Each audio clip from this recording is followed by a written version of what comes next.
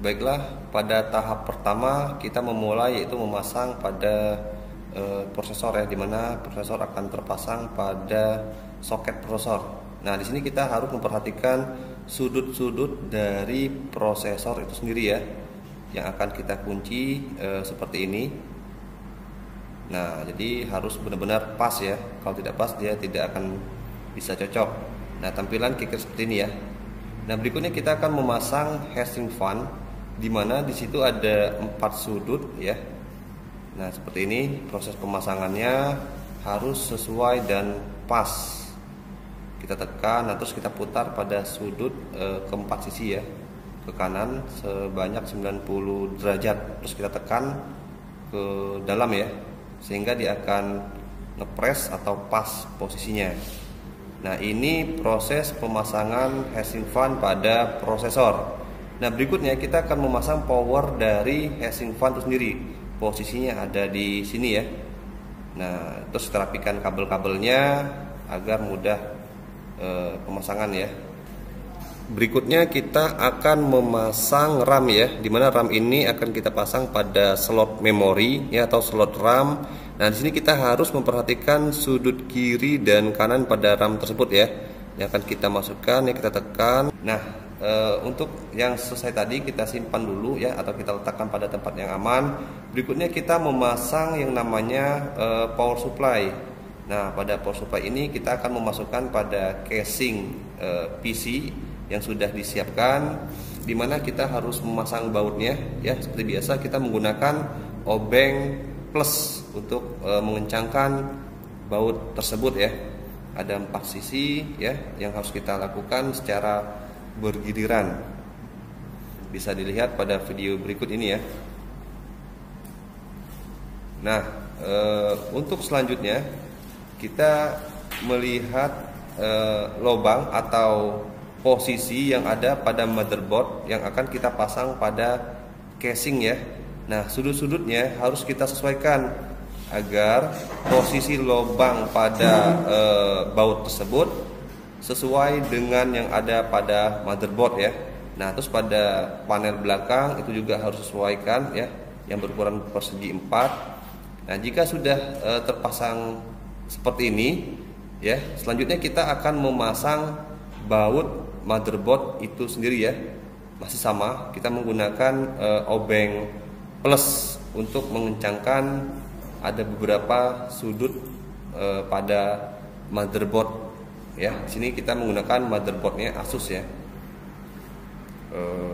Terus pada sudut depan akan kita kencangkan ya bautnya, di sebelahnya RAM. Terus bagian bawah ada juga ya, bagiannya kita lihat di mana. Nah, di situ ada satu ya, ada lubangnya.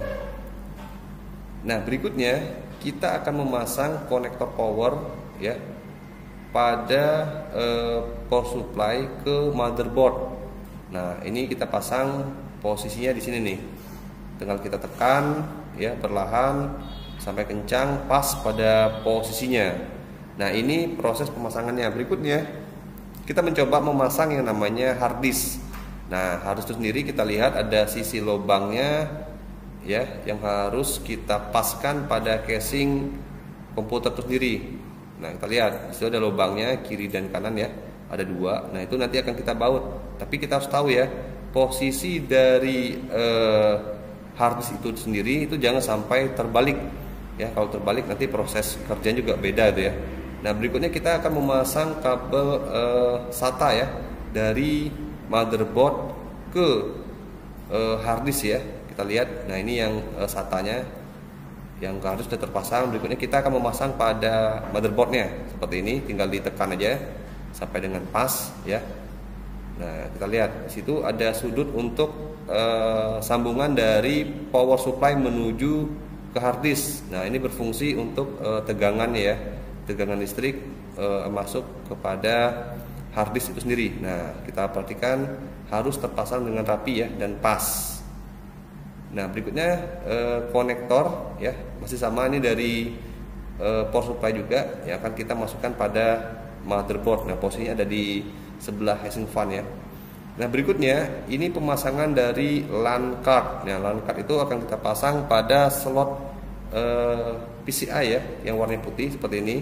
Proses pemasangannya kita pastikan posisi slotnya itu pas ya, dengan kita tekan ke dalam. Nah seperti ini. Nah itu posisinya kalau dia sudah pas, sudah ini ya, dan nah berikutnya kita masuk pada panel. Nah ini kabel panel yang harus diperhatikan ya, ada beberapa tipe. Ini ada HDD ya, HDD itu lampu untuk hard disk. Berikutnya ada power SW ya, ada lagi di sini kita lihat namanya ada reset ya, reset SW. Nah jadi untuk ukuran kabel itu sendiri sangat kecil ya, yang harus kita benar-benar perhatikan. Ini ada power LED ya untuk lampu powernya. Terus ada audio juga di sini. Nah ini untuk yang audio ya, panel audio. Nah kita harus benar-benar memperhatikan panel tersebut yang akan terpasang pada motherboard ya. Jadi memang biasanya tertulis di situ ada keterangannya pada motherboard tersebut sangat kecil ya. Nah seperti itu. Jadi kita biasanya membutuhkan penerangan untuk memudah proses pemasangannya. Nah, oke, sama-sama kita simak proses pemasangannya seperti itu. Ya, tidak ada kesulitan dalam pemasangan ya. Seperti biasa, tinggal diposisikan yang pas, tinggal ditekan ya. Nanti dia akan menyesuaikan masuk ke pada bagiannya.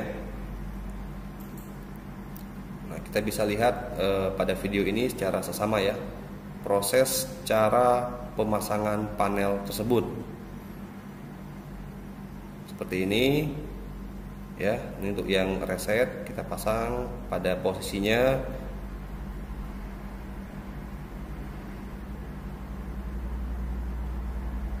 seperti ini ya.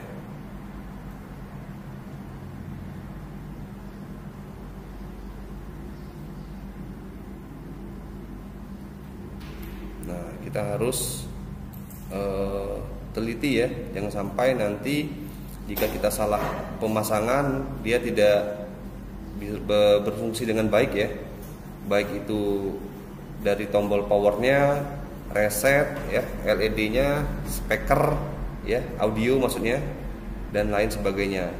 Nah seperti ini. Jadi biasanya panel itu terletak pada bagian bawah dari motherboard itu sendiri ya, yang akan terhubung pada casing. Nah berikutnya kita akan menutup casing dari PC yang sudah kita rakit tadi ya, seperti ini. Nah seperti biasa kita akan melihat sudut belakangnya, karena bagian belakang itu akan kita baut ya. Baiklah, demikian belajar cepat atau belajar singkat cara proses merakit komputer.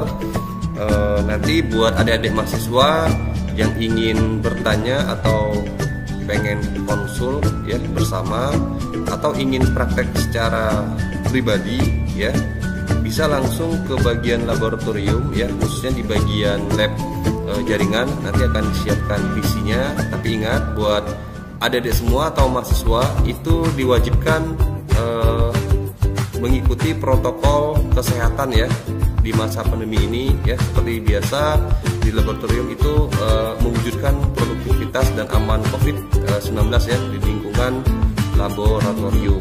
Nanti bisa langsung ke bagian lab ya, bertanya-tanya. Nanti akan kita siapkan perangkat yang nanti adik-adik bisa belajar di ruangan lab tersebut ya. Baik, demikian yang bisa saya sampaikan kepada adik-adik mahasiswa semuanya. Mohon maaf jika ada kesalahan dalam proses perakitan atau praktek video ini.